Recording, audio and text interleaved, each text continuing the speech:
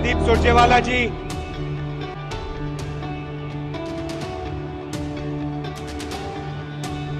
कमलनाथ जी,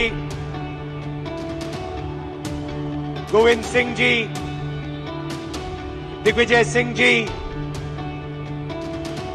कमलेश्वर पटेल जी, जीतू पटवारी जी, कनका जी, सुरेश पचौरी जी, कांतिलाल भूरिया जी, कुणाल चौधरी जी, स्टेज पे कांग्रेस पार्टी के वरिष्ठ नेता, हमारे प्यारे कार्यकर्ता, भाइयों और बहनों, मध्य प्रदेश के युवाओं, प्रेस के हमारे मित्रों, आप सबका यहां बहुत बहुत स्वागत। आप दूर दूर से आए हैं, इसके लिए दिल से बहुत बहुत धन्यवाद।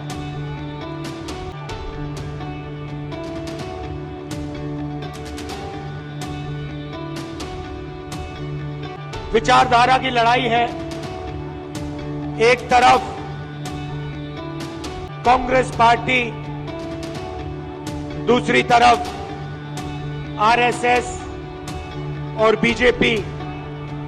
एक तरफ गांधी जी, दूसरे तरफ गोडसे। ये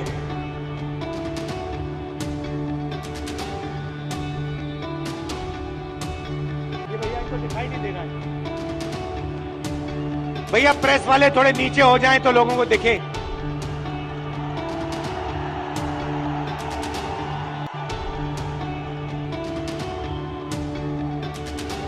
बात सही है, क्योंकि प्रेस वाले हमारी मीटिंग तो दिखाएंगे ही नहीं।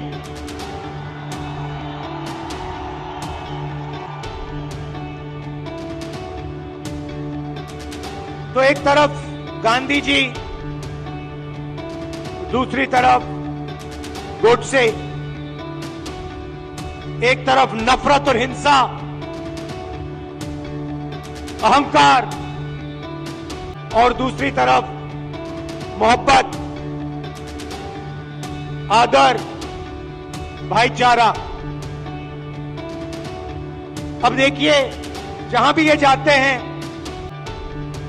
नफरत फैलाते हैं, गुस्सा पैदा करते हैं। अब हुआ क्या? अब मध्य प्रदेश में, मध्य प्रदेश का युवा, मध्य प्रदेश का किसान इनसे नफरत करने लग गया है। जो उन्होंने जनता के साथ किया, अब जनता उनके साथ कर रही है। और इसीलिए हमने ये 7 यात्राएं, जन आक्रोश यात्राएं मध्य प्रदेश में निकाली है। इससे पहले भारत छोड़ो यात्रा में कन्याकुमारी से हम कश्मीर तक चले और मध्य प्रदेश से पैदल निकले। कमलनाथ जी कितने किलोमीटर चले थे हम यहां? नहीं, मध्य प्रदेश में टोटल कितने चले थे? नहीं, यात्रा कितने किलोमीटर चली थी? लगभग 180 किलोमीटर। हाँ, ये देखिए, 370 किलोमीटर हमारी यात्रा मध्य प्रदेश में चली। किसानों से मिले, युवाओं से मिले, माताएं बहनों से मिले। मुझे सिर्फ 2-3 बातें कही। सबसे पहले, मध्य प्रदेश हिंदुस्तान में भ्रष्टाचार का सेंटर है, एपी सेंटर है। और जितना भ्रष्टाचार बीजेपी के लोगों ने मध्य प्रदेश में किया है, पूरे देश में ये नहीं किया है। बच्चों के फंड्स, मिड डे मील के फंड्स, स्कूल यूनिफॉर्म के फंड्स चोरी किए, महाकाल कॉरिडोर में बीजेपी ने पैसा चोरी किया। व्यापम स्कैम को आप सब जानते हो, 1 करोड़ युवाओं को इन्होंने नुकसान पहुंचाया। एमबीबीएस की सीट्स बेची जाती हैं और पेपर लीक किए जाते हैं। यह इनका राज है। दूसरी बात, किसानों ने अपनी बात बताई। किसानों ने कहा, और यहां आप सोयाबीन उगाते हो, आप इसको सबसे अच्छी तरह समझोगे कि हमें मध्य प्रदेश की सरकार सही दाम नहीं देती है। अब आप जाइए, छत्तीसगढ़ में जाइए, पास जाइए, दूर नहीं है, छत्तीसगढ़ जाइए और छत्तीसगढ़ के किसी भी किसान से आप पूछिए, छत्तीसगढ़ में धान के लिए किसानों को कितना पैसा मिलता है, कांग्रेस की सरकार कितना पैसा देती है। हमने वायदा किया था 2500 रुपए धान के लिए दिए जाएंगे, और छत्तीसगढ़ में जो हमने वायदा किया वो हमने वायदा पूरा करके दिखा दिया। मध्य प्रदेश में कर्जा माफी का वायदा किया, छत्तीसगढ़ में किया, राजस्थान में किया, कर्नाटक में किया। हर स्टेट में हमने कर्जा माफी की थी। यहां पे कमलनाथ जी कर्जा माफ करवा रहे थे और यहां आपको धोखा देके आपकी सरकार को बीजेपी वालों ने चोरी की। सही बात है।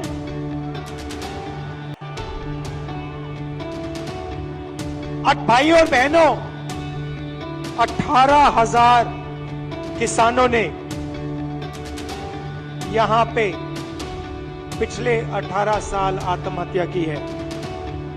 3 किसान हर रोज मध्य प्रदेश में मरते हैं। ये इनकी सरकार है। क्यों? क्योंकि ये चुने हुए लोगों के लिए काम करते हैं। पहली बार हिंदुस्तान की हिस्ट्री में पहली बार किसान टैक्स दे रहा है। इन्होंने जीएसटी लागू की और 5 कानून लाए, काले कानून, किसानों को दबाने के, खत्म करने के कानून। हिंदुस्तान के सारे किसान इनके खिलाफ खड़े हो गए। नरेंद्र मोदी जी कहते हैं किसानों के फायदे के लिए मैं ये कानून, काले कानून लाया हूं। अगर किसानों के फायदे के लिए कानून लाए तो किसान सड़क पे क्यों उतरे हैं?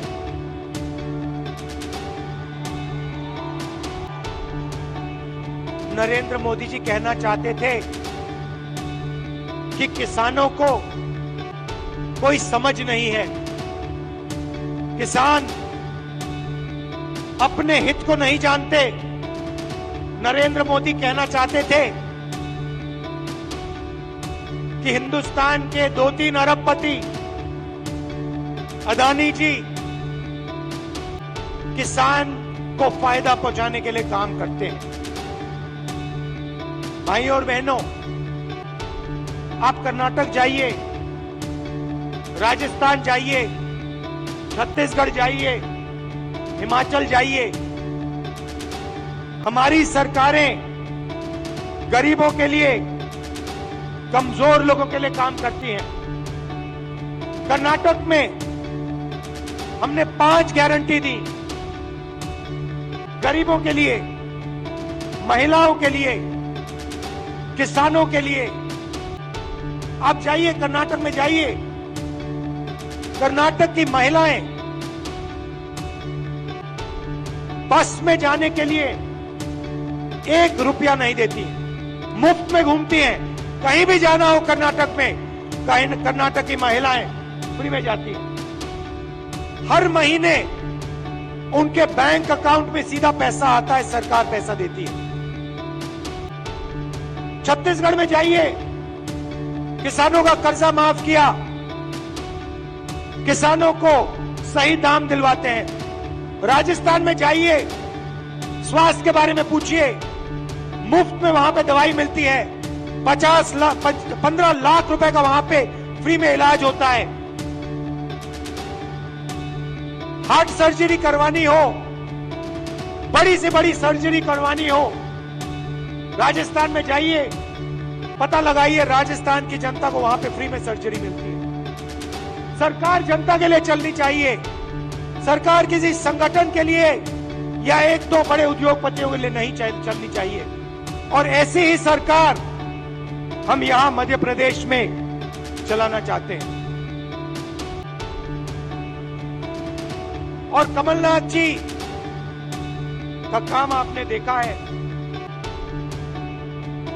काम करना जानते हैं, और जो उन्होंने काम शुरू किया था वो काम वो मध्य प्रदेश में पूरा करने जा रहे हैं। मैं आपसे आखिरी बात कहना चाहता हूं, पार्लियामेंट में मैंने अदानी जी की बात उठाई, भाषण दिया। जैसे ही मैंने अपना पार्लियामेंट में अदानी जी का भाषण दिया, वैसे ही बीजेपी ने मेरी लोकसभा की जो सदस्यता है उसे रद्द कर दी, खत्म कर दी। आप सोचिए, अदानी जी की रक्षा करने के लिए एकदम मेरी लोकसभा की जो सदस्यता थी उसको कैंसिल कर दी। मुझे कोई फर्क नहीं पड़ता, करिए जितना करना है, मैं सच्चाई बोलता हूं। और देश के सामने एक सच्चाई अदानी जी हैं। पोर्ट देख लीजिए, एयरपोर्ट देख लीजिए, इंफ्रास्ट्रक्चर देख लीजिए, धान के साइलोज देख लीजिए, हर जगह आपको अदानी जी दिखाई देंगे। अदानी जी किसानों के जेब में से हर रोज जेब में से आपका पैसा लिया जाता है। इंफ्रास्ट्रक्चर में, डीजल में, पेट्रोल में, फर्टिलाइजर में आपके जेब में से पैसा निकलता है और सीधा इन दो उद्योगपतियों के जेब में जाता है। मैंने मीडिया की बात की, मैंने मजाक में कहा कि मीडिया वाले हमारी मीटिंग तो दिखाएंगे नहीं। मोदी जी का चेहरा 24 घंटा दिखेगा, शिवराज जी का चेहरा 24 घंटा दिखेगा। क्यों? क्योंकि इनका रिमोट कंट्रोल अदानी जी के हाथ में है। देखिए, ये मुस्कुरा रहे हैं, प्रेस वाले मुस्कुरा रहे हैं, इनके बेचारे की गलती नहीं है, ये रिपोर्टर है, इनकी गलती नहीं है, ये सच्चाई जानते हैं। रिमोट कंट्रोल पीछे से कंट्रोल दबता है। एक और सच्चाई है, और वो सच्चाई शायद अदानी जी से भी बड़ी सच्चाई है। कुछ दिन पहले बीजेपी ने महिला आरक्षण की बात की। महिला आरक्षण में हमने एक सवाल उठाया, कांग्रेस पार्टी ने उठाया, बीजेपी ने कोई जवाब नहीं दिया। हमने दो चीजें कही। हमने पहले कहा, देखिए ये महिला आरक्षण जो आप कर रहे हो ये अच्छा है, इसको करना चाहिए, मगर इसमें आपने दो छोटी सी लाइनें लिख रखी हैं। सबसे पहले इन लाइनों को आप मिटाइए। लाइन क्या थी? एक लाइन थी कि महिला आरक्षण से पहले सर्वे करने की जरूरत है। और दूसरी लाइन, महिला आरक्षण करने से पहले हमें जो डीनोटिफिकेशन होता है उसको करना है। इससे क्या होगा? इससे महिला आरक्षण 10 साल बाद होगा, आज नहीं होगा। तो हमने कहा पहले ये 2 लाइनों को आप बदलिए, और उसके बाद हमने और भी गहरी चीज कही और सवाल पूछा कि महिला आरक्षण में ओबीसी आरक्षण क्यों नहीं है?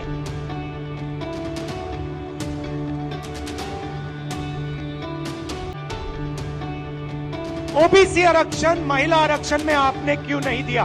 नरेंद्र मोदी जी, आप कहते हैं कि आप ओबीसी के लिए काम करते हैं, आप ओबीसी के नेता हैं, तो आपने महिला आरक्षण के अंदर के बीच में ओबीसी आरक्षण क्यों नहीं किया? अब भाषण से पहले मैंने आंकड़े देखे और मैं हैरान हो गया। भाई और बहनों, नरेंद्र मोदी कहते हैं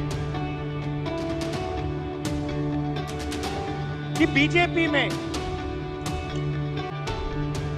ओबीसी के एमएलए और एमपी हैं। सबसे पहले कांग्रेस के तीन चीफ मिनिस्टर ओबीसी हैं, ये याद रखिए आप।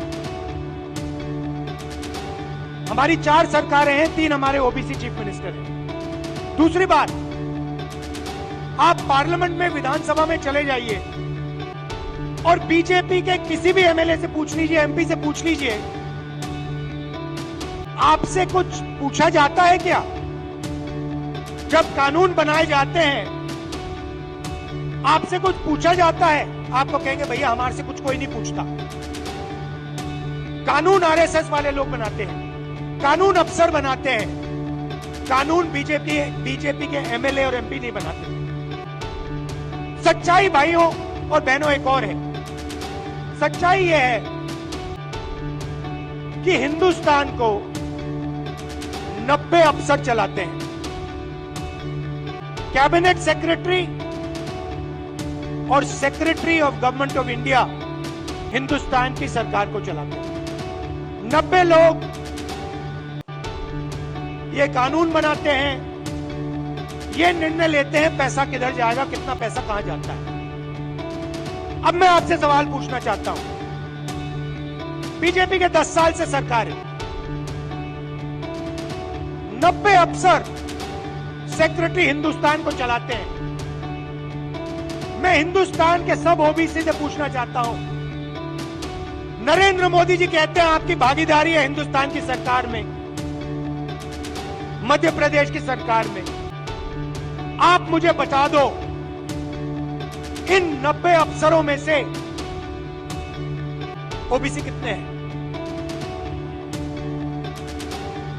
ओबीसी की आबादी कितनी है पहले ये बताओ। कितनी आबादी है ओबीसी की हिंदुस्तान में? देखो, कोई जवाब नहीं दे सकता, कोई जवाब नहीं दे सकता। क्यों? क्योंकि कास्ट सेंसस नहीं हुआ है। भाइयों और बहनों, लगभग ओबीसी भाइयों की बहनों की 50% आबादी है हिंदुस्तान में। बात समझिए, आबादी 50% है और 90 में से 3 अफसर ओबीसी के हैं। और एक और मजेदार बात बताता हूं, 2 साल पहले आप देखते, 3 साल पहले आप देखते तो हिंदुस्तान की सरकार में, नरेंद्र मोदी जी की सरकार में 90 में से 0 अफसर ओबीसी से थे। यह देश की सच्चाई है। नरेंद्र मोदी जी ओबीसी के लिए, दलितों के लिए, आदिवासियों के लिए काम नहीं करते हैं। आपका ध्यान इधर उधर करते हैं। दूसरा सवाल आपसे पूछता हूं, हिंदुस्तान की सरकार का बजट लाखों करोड़ रुपए का बजट है। मैं आपसे पूछता हूं, ये जो 3 ओबीसी अफसर हैं, इनकी भागीदारी कितनी है? ये बजट में कितने रुपए पर निर्णय लेते हैं, मुझे बता दो। मैं आपको बताता हूं, तकरीबन 45 लाख करोड़ रुपए का बजट है। आप मुझे बताओ, ओबीसी अफसर कितने रुपए पर निर्णय लेते हैं, मुझे बता दो।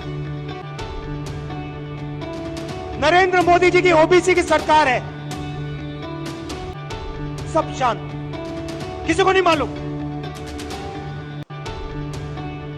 क्यों? ये आपको नहीं बताना चाहते हैं, आपकी सच्चाई आपको नहीं बताना चाहते। सच्चाई भाइयों और बहनों ये है कि हिंदुस्तान के पूरे बजट में 5% की भागीदारी ओबीसी के अफसरों के हाथ में है। ओबीसी अफसर 3 हैं 90 में से, और 5% बजट को कंट्रोल करते हैं। यह है नरेंद्र मोदी जी का काम। नरेंद्र मोदी जी ओबीसी की सरकार नहीं चलाते हैं। नरेंद्र मोदी जी का काम जो आरएसएस ने उनको दिया है, आपका ध्यान इधर उधर करने का है, नफरत फैलाने का है, हिंसा फैलाने का है। अगर सचमुच में नरेंद्र मोदी जी ओबीसी के लिए काम करते थे, तो 90 में से 3 अफसर ओबीसी के कैसे हैं? 3-4 साल पहले एक भी अफसर नहीं था ओबीसी का। हिंदुस्तान को तो ये चलाते हैं। शिक्षा में कितना पैसा जाएगा, स्वास्थ्य में कितना पैसा जाएगा, नरेगा कैसे बनेगा, भोजन का अधिकार कैसे डिजाइन होगा, ये तो इन अफसर निर्णय लेते हैं। भाई और बहनों, ओबीसी की सरकार नहीं है। और देखिए, जैसे ही मैं ये बात कहता हूं, आप नोट करना, आज मैंने यहां खुले में यह बात बोली है, ये सारे के सारे टीवी कैमरा बंद हो जाएंगे।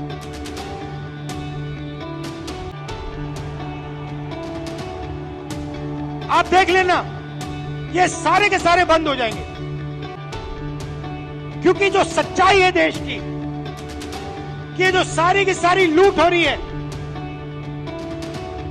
ये व्यापम स्कैम जो है, ये सारा का पैसा, ये आपका शिक्षा का पैसा, स्वास्थ्य का पैसा जो चोरी हो रहा है, ये ओबीसी की जेब में से पैसा चोरी हो रहा है।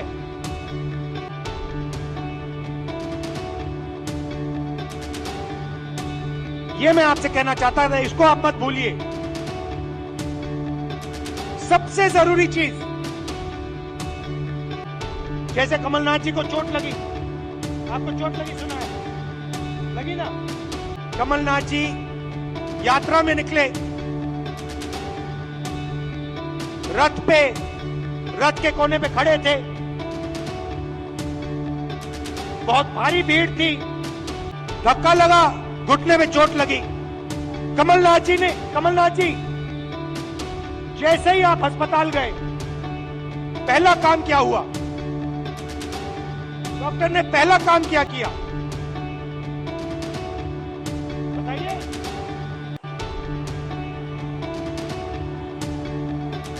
पहला काम डॉक्टर ने एक्सरे लिया, एमआरआई लिया। उसके बाद डॉक्टर ने कहा, हां, घुटने में यह प्रॉब्लम है। अब मैं यही बात कह रहा हूं, सब लोग कहते हैं हिंदुस्तान में ओबीसी है, दलित है, जनरल है, आदिवासी हैं, मगर जब हम सवाल पूछते हैं ओबीसी कितने हैं, जनरल कितने हैं, दलित कितने हैं, आदिवासी कितने हैं, कोई जवाब नहीं दे पाता। देखो मैं पूछता हूं भैया ओबीसी कितने हैं हिंदुस्तान में, कोई नहीं दे सकता। तो मैं ये कह रहा हूं कि अब वो समय आ गया है कि हमें हिंदुस्तान का एक्सरे करना है, यह पता लगाना है कि अगर 90 अफसर हिंदुस्तान को चला रहे हैं और उसमें से 5% भागीदारी ओबीसी को मिल रही है, तो क्या ओबीसी की आबादी 5% है क्या? हो ही नहीं सकता। तो अगर उनकी आबादी 5% नहीं है, अगर उनकी आबादी 50% है, तो उनका 5% बजट पे कंट्रोल क्यों है? उनका 50% बजट पे कंट्रोल क्यों नहीं? अब जब मैं ये सवाल उठाता हूं, बीजेपी के लोग कांपने लग जाते हैं, नरेंद्र मोदी जी भाग जाते हैं, अमित शाह जी कुछ और कहते हैं, हिंदू मुस्लिम कहेंगे, नफरत फैलाने की कोशिश करेंगे। भाई और बहनों, देश के सामने एक ही मुद्दा है, कास्ट सेंसस। ओबीसी कितने हैं और उनकी भागीदारी कितनी होनी चाहिए, ये हिंदुस्तान के सामने सबसे बड़ा सवाल है। और कांग्रेस पार्टी की हिंदुस्तान में सरकार है, पहला काम ये हम करके दिखाएंगे। अब बीजेपी के पास मजे की बात सुनिए, कास्ट सेंसस कांग्रेस पार्टी ने किया, जब हमारी सरकार थी हमने किया। सारे के सारे आंकड़े नरेंद्र मोदी जी के पास हैं। हिंदुस्तान में कौन सी जात की कितनी आबादी है, हिंदुस्तान की सरकार जानती है। हिंदुस्तान में ओबीसी कितने हैं, हिंदुस्तान की सरकार जानती है। नरेंद्र मोदी हिंदुस्तान के ओबीसी को ये बताना नहीं चाहते हैं कि आप कितने हो, क्योंकि वो आपको भागीदारी नहीं देना चाहते हैं, वो आपको सच्ची शक्ति नहीं देना चाहते हैं। वो आपके लोगों को विधानसभा में बैठा देते हैं, मगर फिर उनको बिल्कुल चुप करा देते हैं। हम चाहते हैं कि सबकी भागीदारी हो, किसानों को सही दाम मिले। ये सबका हिंदुस्तान है, 2-3 उद्योगपतियों का नहीं है। इसीलिए हमारा पहला काम कास्ट सेंसस होगा, और जैसे ही हमारी सरकार आएगी हम देश को बता देंगे इस देश में कितने ओबीसी हैं, कौन से कितने जात की आबादी है। ये अगर हमें सचमुच में हिंदुस्तान की जनता को शक्ति देनी है, तो जैसे कमलनाथ जी का एक्सरे हुआ था, एमआरआई हुई थी, वैसे ही हम हिंदुस्तान का एमआरआई, हिंदुस्तान का एक्सरे करा के देंगे। आप सबका दिल से बहुत बहुत धन्यवाद। नमस्कार, जय हिंद।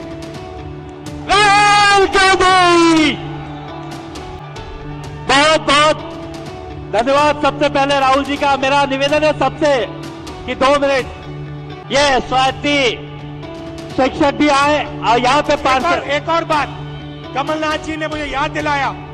देखिए, कमलनाथ जी ने यहाँ पे 27% रिजर्वेशन ओबीसी को दिलवाया था, कानून पास किया था, और बीजेपी के लोगों ने पीछे से उसे रद्द किया। अब मैं पार्षदों से निवेदन करूंगा कि बड़ी माला से माननीय राहुल गांधी जी का स्वागत करें।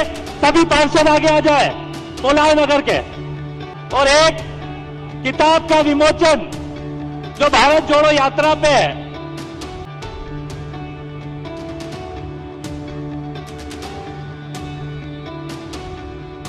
भारत माता की जय जवान, जय जवान।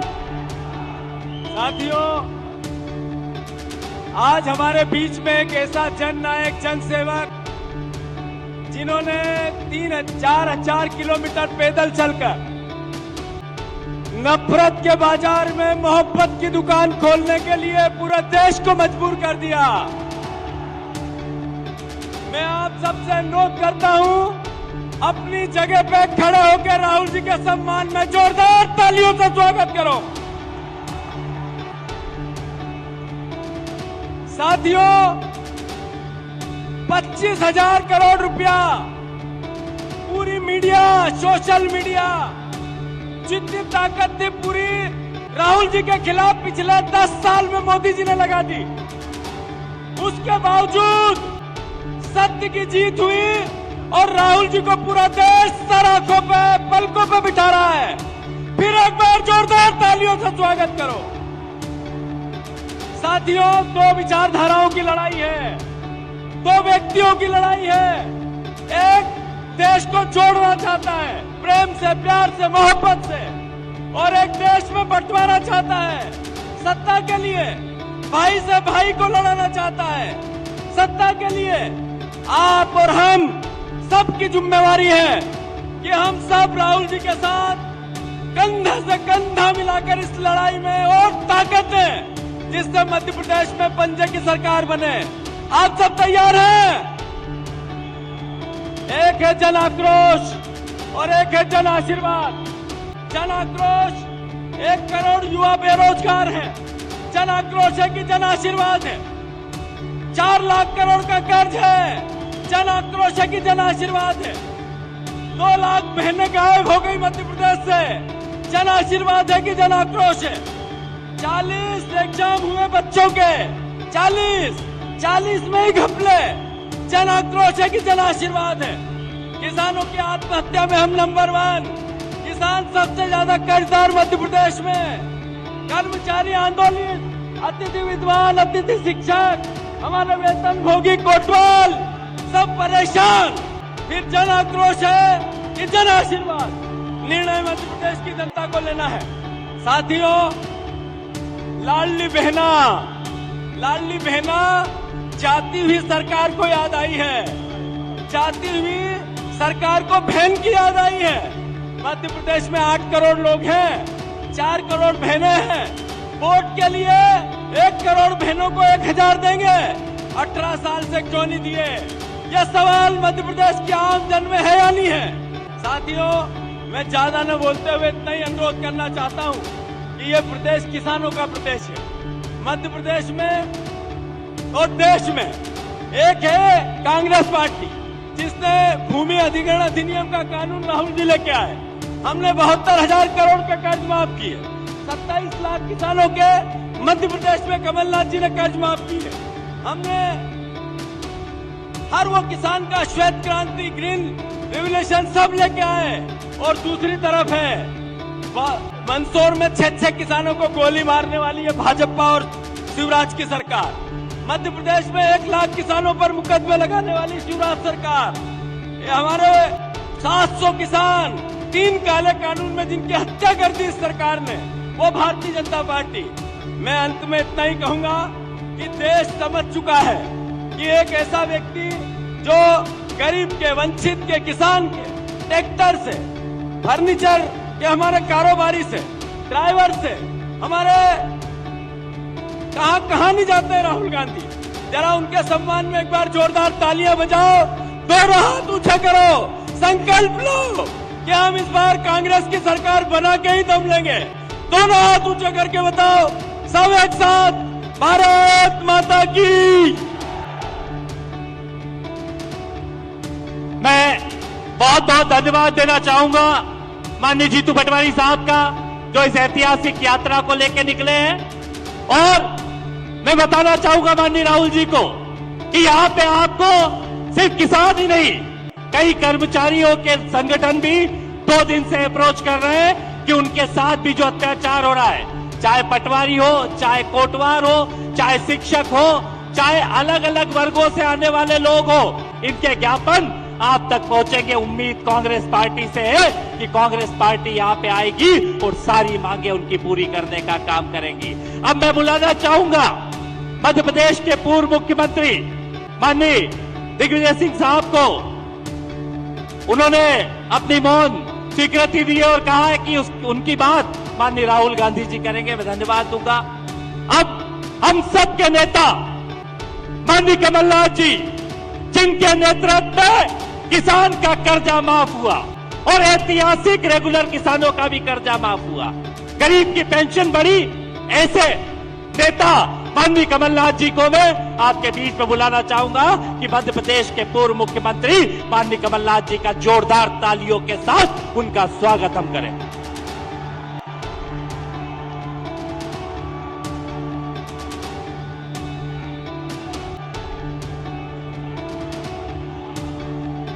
आदरणीय राहुल जी, हमारे प्रतिपक्ष के नेता गोविंद सिंह जी, अखिल भारतीय कांग्रेस कमेटी के महासचिव और मध्य प्रदेश के प्रभारी रणदीप सुरजेवाला जी, दिग्विजय सिंह जी, विवेक कनका जी, भूरिया जी, पचौरी जी, मैं सबका नाम नहीं ले रहा, यहाँ सब मेरे साथ बैठे हुए विधायकगण,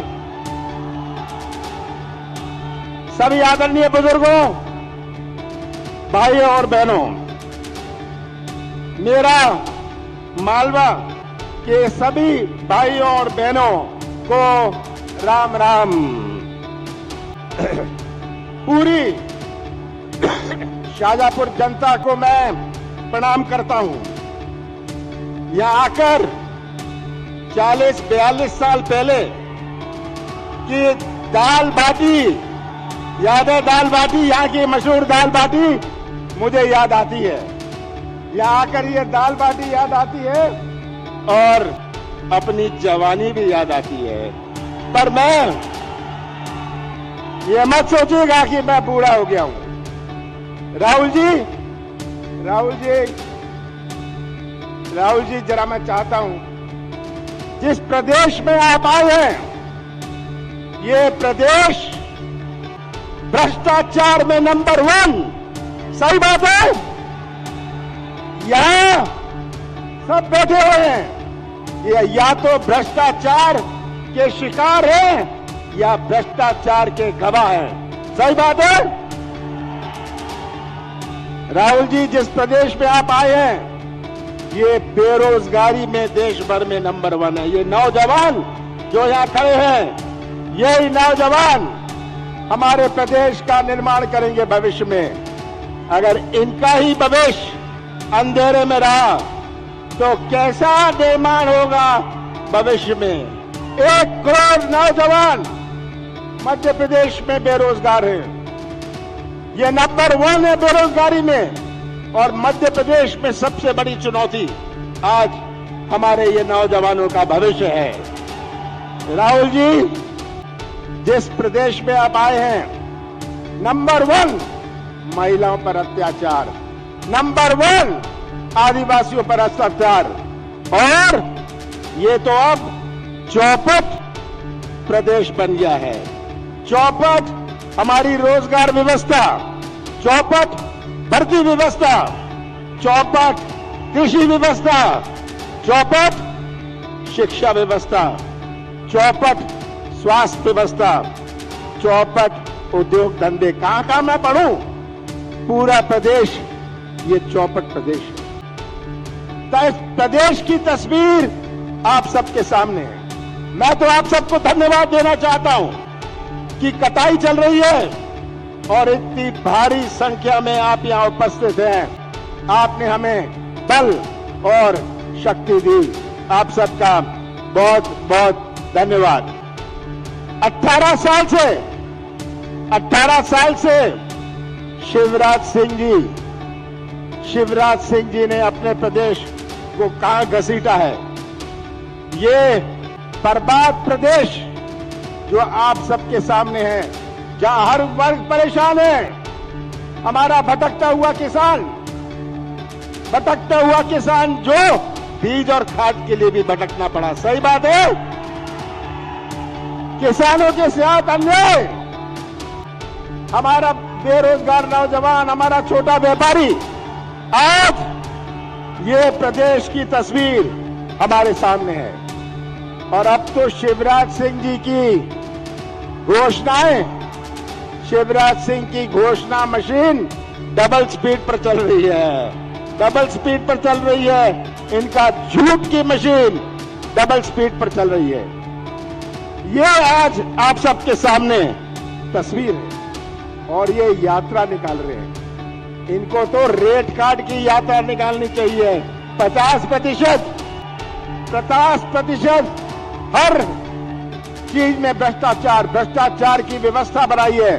पंचायत से लेके मंत्रालय तक 50 एकड़ जमीन हो, पैसे दो और नाम गरीबी रेखा में लिखवा लो। सही बात है। ये आज हालात है अपने प्रदेश के। तो मैं ज्यादा नहीं कहना चाहता, ये सब बातें आप सबके सामने हैं। मैं इतना ही कहना चाहता हूं, भारतीय जनता पार्टी का समय आ गया है। मध्य प्रदेश के मतदाताओं ने तय कर लिया है कि शिवराज सिंह जी को बड़े प्यार से रवाना करेंगे। समय आ गया है, इनके पास बचा क्या है? अब भारतीय जनता पार्टी के पास केवल पुलिस, पैसा और प्रशासन। पर याद रखिएगा, कल के बाद परसों भी आता है। सही बात है, कल के बाद परसों भी आता है। और मुझे पूरा विश्वास है कि ये जो चुनाव 2 महीने में हमारे सामने है, ये केवल एक उम्मीदवार का चुनाव नहीं है, केवल पार्टी का चुनाव नहीं है, ये मध्य प्रदेश के भविष्य का चुनाव है। और आप सब और मध्य प्रदेश के मतदाता सच्चाई का साथ देंगे।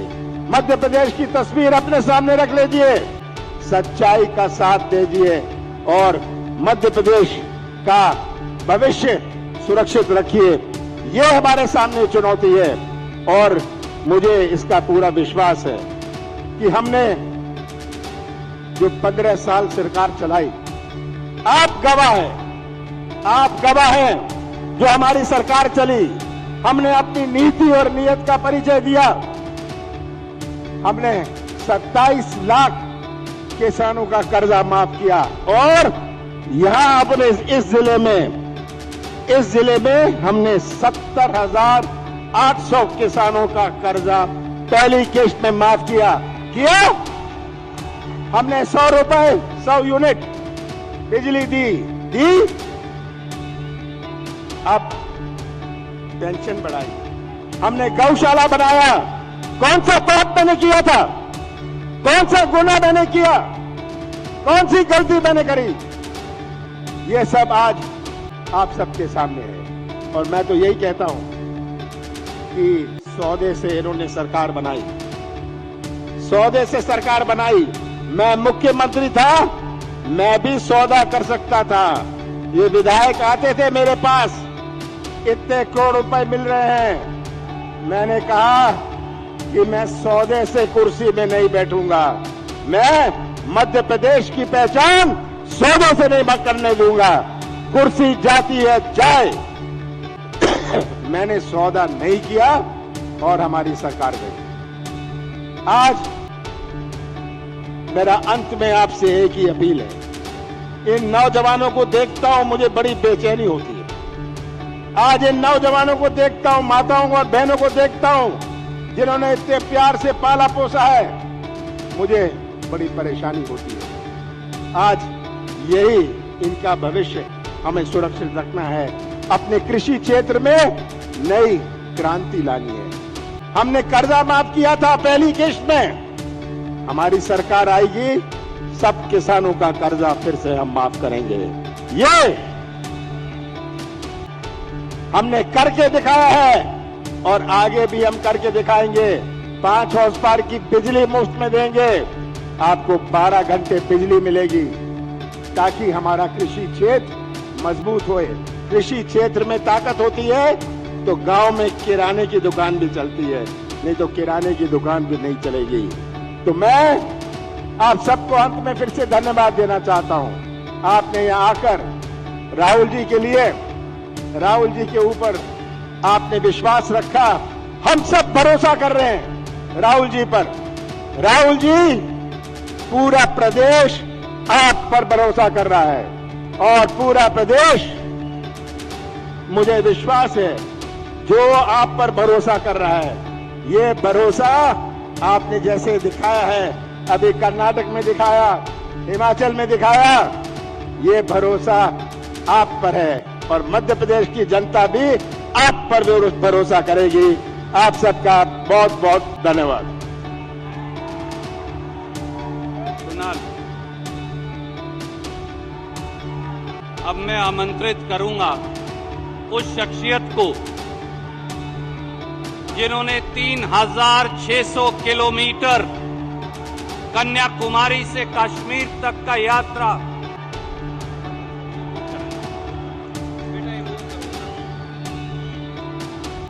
माननीय राहुल गांधी